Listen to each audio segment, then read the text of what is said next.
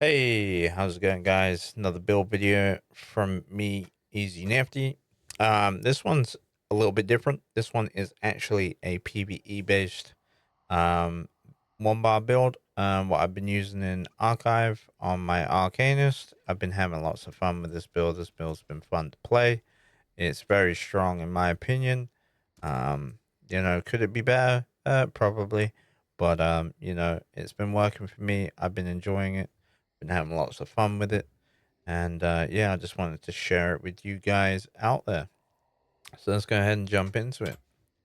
Obviously, we're stage one vamp because this is my PvP Arcanist as well. As you can see, he looks very similar to the last video what we put out. We can see that it's the same character. So, as you can see, we are a stage 1 vamp. I keep the vampirism due to the bad PvP. Vampirism's not really necessarily needed for this build. I just want to emphasize that for you guys out there. But as you can see, we are running One Piece Slime Crawl. This is in Divines on a tri-stat. That also gives us that 744 critical chance, which is super nice. That is on a light piece of armor. We are in 1 light, 1 medium, 5 heavy. And then let's jump into the other sets. So this set is a crafted set. This crafted set is very easy to acquire, and it is very, very, very, very strong. So obviously we're running 5 pieces of Forest Wraths, which is Claw of the Forest Wraith. This is insane. This set is just stupid. It gives me critical chance, it gives me weapon and spell damage, more critical chance, and then it applies 2k critical chance. If this was all gold, I'd be getting 2k flat. I think it's just over 2k on gold, which is absolutely disgusting. And then we actually pair that with this other set here, the Serpent Disdain. We're running the Serpent Disdain just to increase the duration of the status effects that we applied by 16%. Obviously, we have a poison glyph on our um, staff. I could have went with the infused on the staff. I chose to go with the none just for the overall flat percent damage of the weapon potential. I just think that's just a little bit better from heavy attacks. That's just my personal opinion and my personal preference. Obviously, we're running Oakensol with Bloodthirsty. We have Bloodthirsty on our other ring and our neck. So we're running 3 Bloodthirsty on this build. It's super nice, super handy.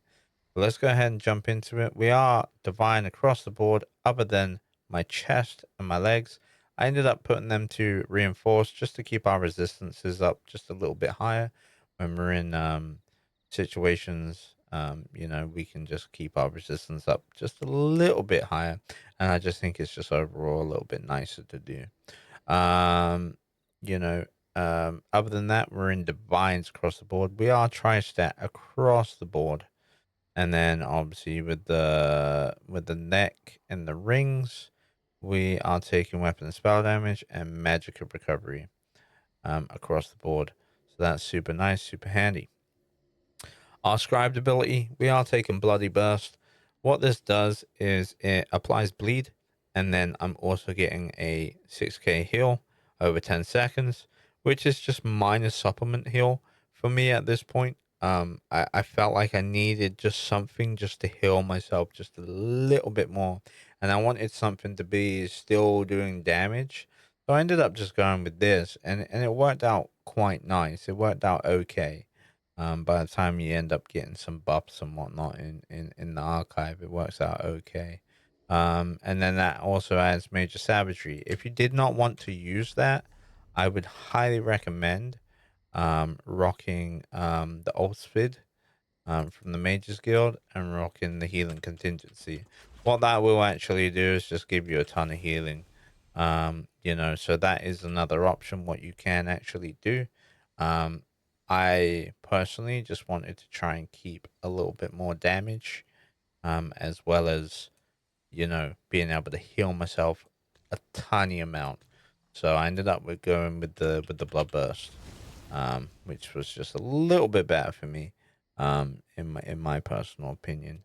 You know, ignore them double ticks. We're not gonna get them double ticks. That's just because I had a healing contingency stacked. You know, as you can see, if I just hit this one, you know, we're getting these small little ticks just coming in, floating in here. Look. So that's what we ended up going with. Um, so yeah. But let's hop into the skills, shall we? So obviously we've got elemental susceptibility. This is from our destruction staff skill line. This just adds major breach, and it also inflicts enemies with burning, chilled, concussion status effects. So that's going to apply all three of them. So that's already three status effects are already being increased by our Serpent Disdain. And then obviously with our weapon glyph, we're adding poison. That's going to add the fourth. So that's four status effects being applied straight away from that. So, and then we're going to add bleed on top of that. That is five in total. So we're applying five status effects with this build. So super nice, super handy, super strong. Our next skill on our list is Impervious Ward. That is from the Soldier of Apocrypha. All this is doing is just giving us a big shield, you know, where we can block a bit of damage and mitigate a bit of damage. Plus, we're also getting, you know, a big heal if we have Crux up. We get that burst heal. So super handy, super nice to have. Obviously, Bloody Burst adds bleed, adds heal, major savagery and prophecy for 10 seconds, giving us extra spell critical rating by 2.6k. Super nice, super handy. And then we have our bread and butter. This is our spammable.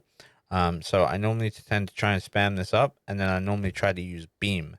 But sometimes where I need to play a little bit more cautious and we can't use beam, I will just build the crux and I will just start using impervious ward to carry me through that situation where I'm being pressured that much. I need to just try and stay alive and keep that going. And that's where our heavy attacks come into play. So in terms of like getting ferocious strikes on this build helps this build a lot in the archive. Plus, so does focus efforts. Okay, so yeah, take that into consideration. Take that into note. Obviously, this build, you know, this skill does generate our crux. You know, and then obviously with the three crux active, our beam does do more. It does 33% more. Plus, if we do use the rune ward, we will get that scaled heal. As you can see, I just got a 21k heal, which is absolutely barbaric. But yeah, as you can see, we got a nice chunky heal from that. So that is super nice, super strong. In terms of my Mundus, we are running the Thief as we are in PvE. I have 4.1 weapon and spell damage. You know, we've got about 5k pen, which isn't the greatest amount of pen, but we don't typically need it due to the fact that we're getting all these extra buffs and innovations in the archive. And that's what really makes the archive builds actually kind of unique in their own little manner, in their own way, is the fact that we get all these additional extra buffs what linger with our character throughout the arcs and throughout the verses and stages. We're getting all these little buffs to help us get through these patterned phases, you know, within the archive. So super cool, super nice. As you can see, because we're a Khajiit, we do crit damage and crit healing by 12%. So me having a 41% chance is very, very high because it allows me to get more critical damage put out. And critical damage is king in terms of the life of Khajiit. So yeah, super nice. Let's cover the attributes. Attributes, as you can see, I got 28 into mag. I've got 36 into health. This doesn't actually change. I actually built this build around my PvP build. What I use with my encrypted archer in the previous build before this. As you can see, we've not changed any of our attributes. And the reason why I did that is because I just want to be able to switch my gear, go straight into Cyrodiil or PvP, and be able to play both effectively. So like I only use this guy for archive. I don't use him for like dungeons. If I'm using my Arcanist for dungeons, I actually use my other Arcanist, which I actually have a proper trial set up on, and that is just my go-to big deep damage dealer. Um, where this is just more for archive and fun, and PvP. So we kept the PvP resources there, so I don't have to change them. But yeah, as you can see, deadly aim. This is helping me in several ways. Obviously, it's increasing my elemental susceptibility. It's increasing my rune blades, and it's increasing my fate carver. Super nice to have. I then take biting aura.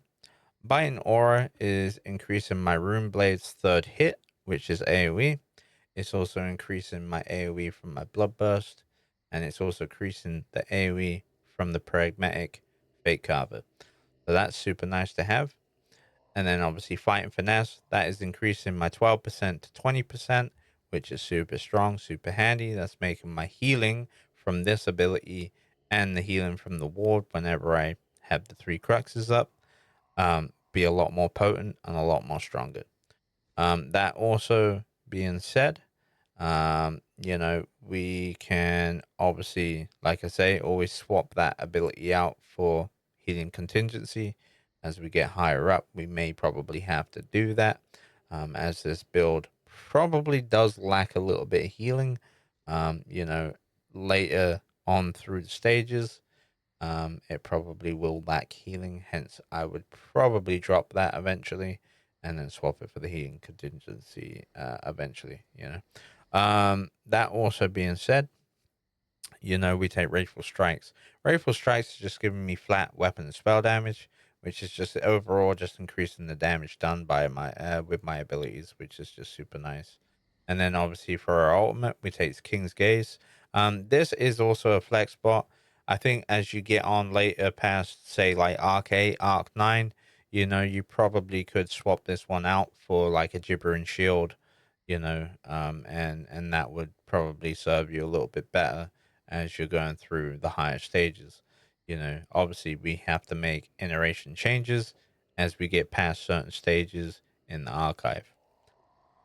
In terms of my red tree, we got survival instincts. This is just 25% reduced cost of reduction. It's just flat reduction cost.